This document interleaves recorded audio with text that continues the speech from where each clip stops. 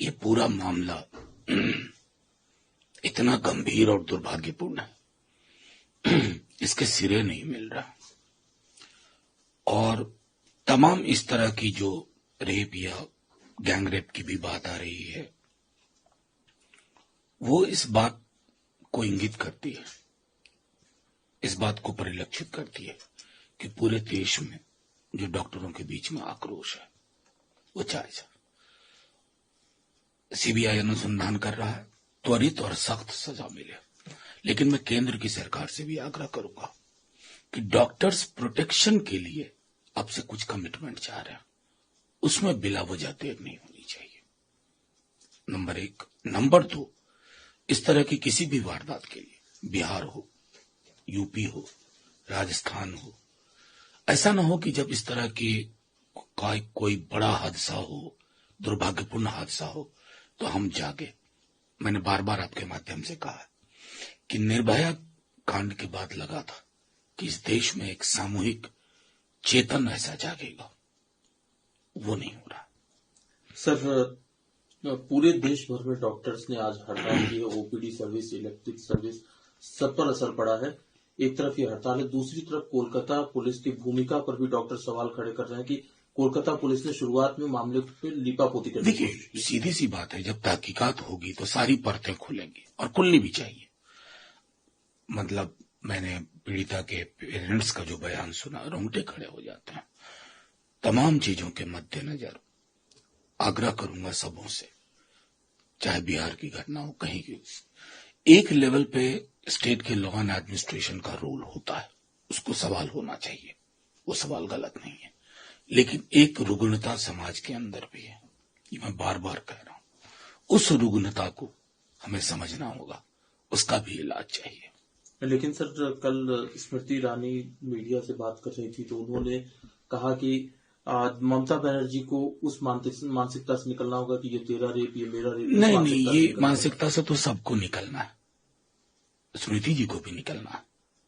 अगर ममता जी से उम्मीद, हम सबको निकलना है। ये क्या कि हाथरस के रेप पे चुप्पी, जंतर मंतर पे पहलवान बेटियां बैठे तो चुप्पी, कोई कलकत्ता पे चुप, मतलब कोई कठुआ पे चुप, कोई बिल्किस के रेपिस्ट को माला पहना है तो अलग। कुल मिलाकर मैं कह रहा हूं कि एक सामूहिक चेतन में यह अवधारणा बलवती होनी चाहिए कि इस तरह की कोई भी घटना हमें शर्मसार करती है। हम अपनी बच्चियों को कौन सा हिंदुस्तान दे रहे हैं, कौन सा भारत दे रहे हैं, कोई स्लोगन काम नहीं आएगा।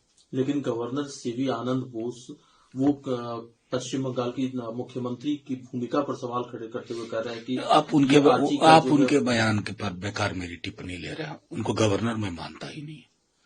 देखिए, गवर्नर का मतलब होता है कस्टोडियन ऑफ कॉन्स्टिट्यूशन। जब आप पॉलिटिकल इंटरेस्ट के कस्टोडियन हो जाते हैं ना, तो आप बच्ची के साथ न्याय नहीं कर रहे। न्याय करिए, परत दर परत खुले, ये हम सबको कोशिश करनी चाहिए। एक और गवर्नर साहब कर्नाटक के थावरचंद गहलोत साहब, उन्होंने सिद्धारमैया, मुख्यमंत्री सिद्धारमैया के खिलाफ जो भी कॉम्पिटेंट अथॉरिटी है उसको जांच के अधिकार दिए हैं। मुडा स्कैम में ये अथॉरिटी जांच कर सकती है, क्या कहना है? ठीक है, थावरचंद जी को मैं जानता हूं, उन्होंने ये फैसला सिर्फ अपने मर्जी से नहीं लिया होगा। राज्यों के फैसले केंद्र से बैठ करके होते हैं। और जब हमने हेमंत सोरेन जी की रिहाई का वो आदेश पढ़ा था ना हाई कोर्ट से, तो लग गया था कि तमाचा किनके गाल पे पड़ा है। तो इंतजार करिए। सर, कल चुनाव आयोग ने हरियाणा और जम्मू कश्मीर दोनों राज्यों में चुनाव की तारीखों का ऐलान कर दिया है। जम्मू कश्मीर में 3 चरण में चुनाव होंगे, हरियाणा में 1 चरण में चुनाव होगा। क्या कहना है सर, कितनी चुनौतियां? देखिए, बड़ी बात है कि कल क्या थी तारीख, 16 तारीख थी संभवतः। 15 अगस्त को प्रधानमंत्री जी 1 नेशन 1 इलेक्शन की बात कर रहे थे। और देखिए, चुनाव आयोग, पिछली बार महाराष्ट्र साथ में हुआ था, इस बार हो नहीं रहा है। न जाने कौन कौन से तर्क गढ़े जा रहे हैं। फिर उसके बाद मतलब कहीं न कहीं एहसास होता, कश्मीर को 10 वर्षों से इंतजार है इस दिन का। नॉर्मैलिटी जनप्रतिनिधियों के साथ होती है। तो खैर, शेरो शायरी बहुत सुनाई उन्होंने। आजकल उनको ये नया शौक आया है, तो किरदार के वजन का तो मैं कुछ कर नहीं सकता। लेकिन शेर के वजन के लिए रेखता फाउंडेशन की कुछ किताबें भिजवा सकता हूं उनको। सर, चुनाव महाराष्ट्र में भी होने हैं इसी साल के अंत में, लेकिन उद्धव ठाकरे साहब का कहना है कि महाविकास आघाड़ी पहले एक सीएम का चेहरा अनाउंस करे, उसके बाद हम चुनाव कैंपेन। देखिए, उन्होंने तो कहा है किसी को भी अनाउंस करे मैं बैक करूंगा। तो ये बहुत बड़ी बात है जो उद्धव जी ने कहा। और जो तर्क दिया जा रहा है, मीडिया में देख रहा हूं कि पर्वों के कारण, तो क्या हरियाणा में पर्व नहीं है या जम्मू कश्मीर में पर्व नहीं है? असल में क्या कहना, मैं फिर से कहता हूं, किरदार के वजन का तो कुछ कर नहीं सकते। शेर के वजन बढ़ जाए उनका, तो उसके लिए कुछ किताबें भिजवाता हूं। सर, एक आखिरी सवाल है। बांग्लादेश में नई सरकार के गठन के बाद कल प्रधानमंत्री जी की पहली बार मोहम्मद यूनुस साहब से बात हुई। मुद्दा बहुत सारा कुछ था, उसमें ये भी मुद्दा उठा जो अल्पसंख्यकों पे वहां पे पिछले दिनों अल्पसंख्यकों के खिलाफ जो हिंसा हुई वो भी मुद्दे थे।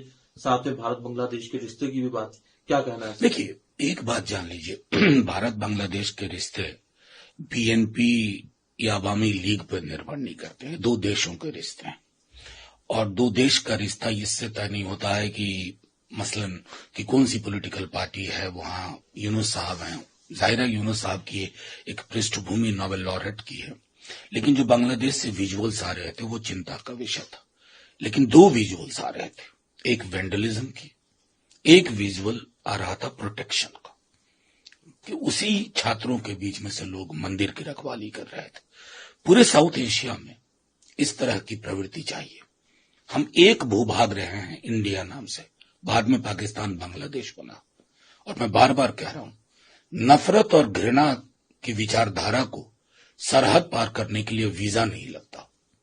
हम सबको उसको यहीं समूल न